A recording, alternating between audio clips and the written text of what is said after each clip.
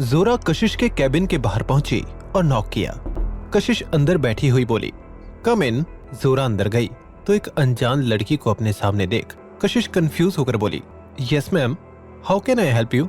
जोरा ने जो कहा वो सुनकर कशिश हक्की बक्की रह गई। मुझे डायमंड कार्ड चाहिए। कशिश मुस्कुराते हुए बोली, ma'am please have a seat. क्या आप अपना बैंक स्टेटमेंट दिखा सकती हैं? कार्ड इशू करने से पहले वो स्टेटमेंट देखना होगा।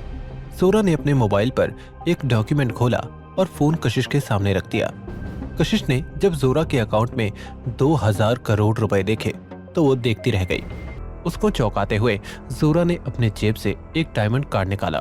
जोरा के हाथ में डायमंड कार्ड को देखकर कशिश हैरान होकर बोली, अगर आपके पास ऑलरेडी ये कार्ड था तो आपने नया कार्ड क्यों मांगा? मैं बस तुम्हारा एटीट्यूड चेक कर रही थी। मेरा पहले वाला हैंडलर मुझे खास पसंद नहीं था, इसीलिए तुम में कुछ तो बात है। तो अब तुम मेरा अकाउंट हैंडल करोगी, ओके? कशिश ने जोरा को अपना पर्सनल नंबर दिया, जिसमें जोरा अपने मकसद के थोड़ा और करीब पहुंच गई थी। कुछ देर कशिश से बात करने के बाद जोरा बैंक से बाहर निकलकर कार में जाकर बैठ गई। उसके बैठते ही वेरोनिका ने कहा, अब आगे क्या प्लान है? ये सुनकर जोरा ने कहा, अब अभय से मिलने का सही वक्त आ गया है। वहां राघव अपने ऑफिस में बैठा हुआ कुछ फाइल्स देख रहा था। तभी अचानक से उसके ऑफिस के अंदर रॉकी आ गया। रॉकी को ऐसे बेवक्त अपने ऑफिस में देखकर राघव चौंक गया। रॉकी के पापा राघव के बिजनेस पार्टनर थे।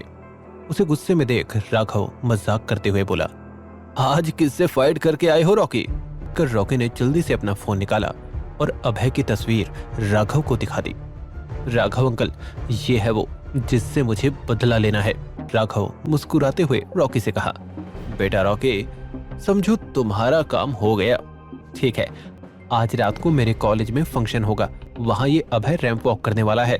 मैं आपको जब कॉल करूंगा तब आप अपने आदमी भेज देना। इन सब के दौरान अभय अपने घर में चैन की नींद सो रहा था। अचानक से उसके फोन की घंटी बजी। अभय ने जैसे ही फोन उठाया, उसे सामने से आवाज आई, मैं तुमसे मिलना चाहती हूँ अभय। अभय ने जैसे ही ये आवाज सुनी वो चौंक गया, लेकिन अचानक से अपने बेड से खड़ा होकर बोला, तुम कहाँ हो? मैं अभी आता हूँ। मैं मरीन ड्राइव पर तुम्हारा इंतजार कर रही हूँ। कुछ ही मिनटों के अंदर अभय मरीन ड्राइव पहुंच गया। तभी अचानक से अभय की नजर जोरा पर पड़ी। अभय उसके पास गया और बिना कुछ बोले उसके बगल में बैठ गया। तुमने नाइट फाइटर एजेंसी का नाम डुबो दिया है। ये कहते ही अभय ने अपने जूते में छिपाया चाकू निकाला और जोरा की गर्दन पर रख दिया।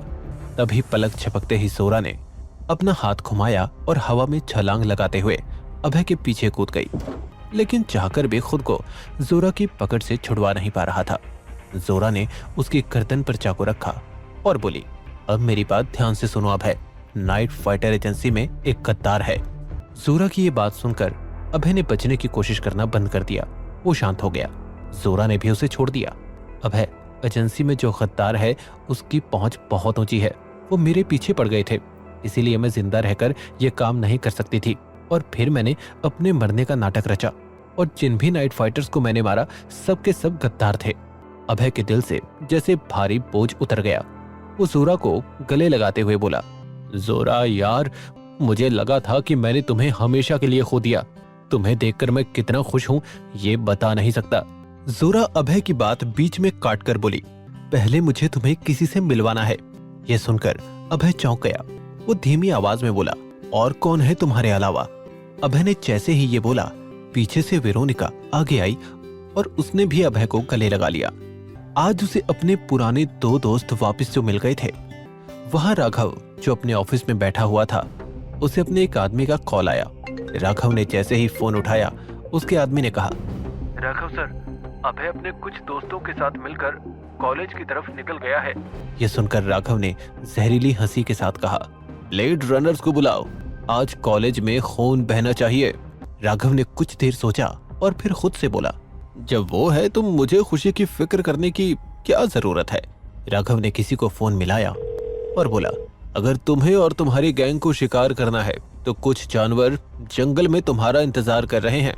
कॉल के उस पार से एक आदमी की आवाज आई, कौन है वो लोग? राघव ने जवाब दिया, नाइट फाइटर एजेंसी के 4 सबसे बेस्ट फाइटर्स। राघव की ये बात सुनकर वो आदमी हंसने लगा। ये सब तो मेरे पुराने दोस्त हैं, इनका शिकार करने में बहुत मजा आएगा। कौन है वो आदमी जो नाइट फाइटर्स को अपना पुराना दोस्त बता रहा है? कौन है ब्लेड रनर्स? क्या अभय ब्लेड रनर से खुद को बचा पाएगा? ये जानने के लिए देखिए बंदा ये बैड ऐसे का अगला एपिसोड सिर्फ पॉकेट एफएम के यूट्यूब चैनल पर।